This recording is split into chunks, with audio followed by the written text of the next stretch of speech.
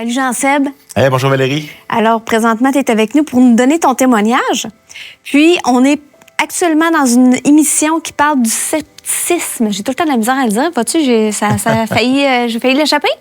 Mais je te connais un petit peu et j'ai l'impression que toi, tu aurais pu faire un bon sceptique. Pire qu'un sceptique, je suis un philosophe de formation aussi. Mais juste pour donner un peu une idée d'où est-ce que je viens, je suis né en 1980, l'année du référendum. C'est pas de ma faute si on l'a perdu. Mais et je suis né dans une famille catholique semi-pratiquante, comme beaucoup de Québécois. On va à la messe de minuit une fois de temps en temps, Pâques on le célèbre. Mais c'est quand j'ai eu l'âge, à peu près 7 ans, mon père biologique était parti avant ma naissance. Fait que je l'ai jamais connu. Fait que ma mère a marié celui que moi j'ai appelé papa, dans le fond. Lui connaissait le Seigneur, m'a présenté l'Évangile. Puis à partir de l'âge de 10 ans, j'ai commencé à aller dans une église de façon régulière. J'aimais ça, j'aime chanter. Fait que là, on chante beaucoup dans l'église. Puis c'est à 14-15 ans que j'ai vraiment commencé à dire « Hey, non, c'est comme si Dieu avait cogné à ma porte et avait dit « M'aimes-tu? » Ben oui, je t'aime, Seigneur. Non, mais m'aimes-tu? Un peu comme Pierre là, dans l'Évangile. Puis il m'a fait réaliser, attention, parce que tes bottines, ils suivent pas tes babines. Oh. Mais pour moi, Dieu, c'était réellement, il s'est manifesté, c'est une réelle personne. C'est vraiment c'est un être avec qui j'ai une relation. À partir de mes 15-16 ans, j'ai commencé à lire la Bible tous les matins. J'ai commencé un journal intime depuis cette époque-là aussi. Donc, j'ai comme 30 volumes quasiment depuis là, de mes réflexions quand je lis la Bible et tout ça. Fait que pour moi, Dieu était vraiment quelqu'un de réel. Je suis arrivé au secondaire. En tant que chrétien, je me suis souvent en fait aussi agacé pour le fait d'être chrétien.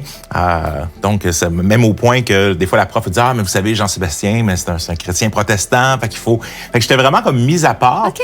Fait que quand je suis rentré au secondaire, je me suis dit « Moi, je parle plus jamais de Jésus. Je vais être un chrétien ultra secret. » Ça n'a pas duré super longtemps parce que le Seigneur cognait à ma porte et dit « Non, tu peux pas être un chrétien super secret. » J'ai été au cégep en langue, donc en langue, réflexion, lire les livres. J'avais vraiment à cœur d'aller plus loin dans la Bible.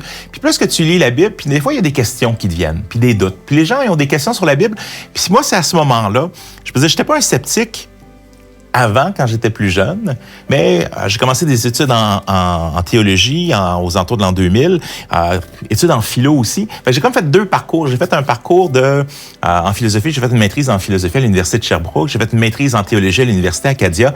Et c'est un peu j'étais un être un peu schizophrène dans le sens où le théologien, c'est l'homme de foi, puis le philosophe, c'est l'homme de doute.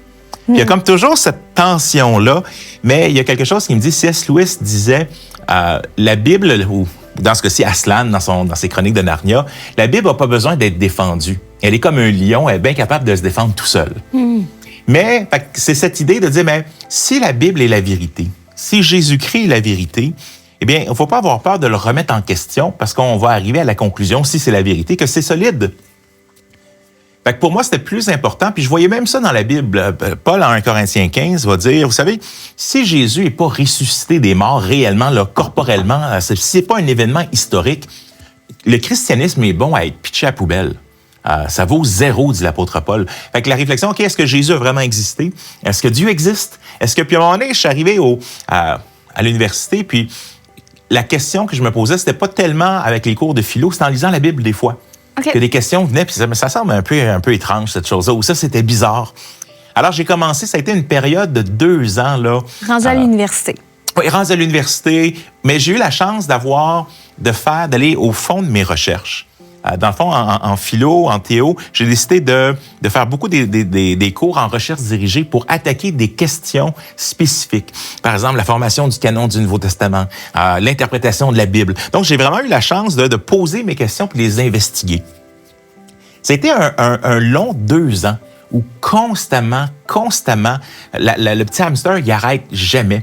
Je me rappelle être assis, couché sur mon lit, regarder la fan puis dire, est-ce que c'est possible que Dieu existe? Parce que, tu sais, il y avait un philosophe théologien qui disait, c'est possible que toutes les religions puis toutes les philosophies soient fausses. Mais c'est impossible qu'elles soient toutes vraies en même temps.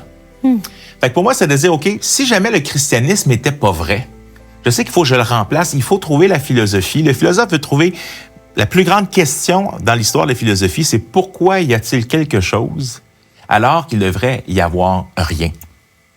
Puis moi, c'est la question qui me hante, puis c'est la question que je dis, tu sais, les gens vont dire, bon, mais moi, je suis agnostique, je décide que je sais pas. Sam nous a donné un exemple de ça avec ses clés.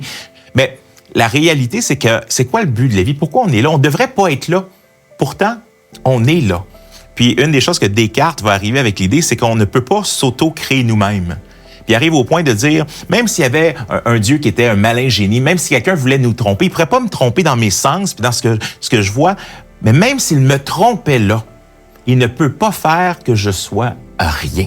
En me disant, je suis un quelque chose, je doute, donc je suis. Donc, pour Descartes, notre existence pointait à l'existence de Dieu parce qu'on ne s'est pas créé nous-mêmes. Fait que dans mes réflexions, j'arrivais à dire, que je sois chrétien ou pas, j'arrive à la conclusion avec beaucoup de philosophes au travers de l'histoire qu'il doit y avoir un principe premier, un Dieu qui est là. Puis la prochaine question, c'est qui est-il? Et c'est là que j'ai fait le parcours un peu des différentes philosophies et religions pour réaboutir avec certitude que le christianisme présente une défense historique solide, avec un Jésus qui est investigable, avec des prophéties qui sont faites depuis bien longtemps.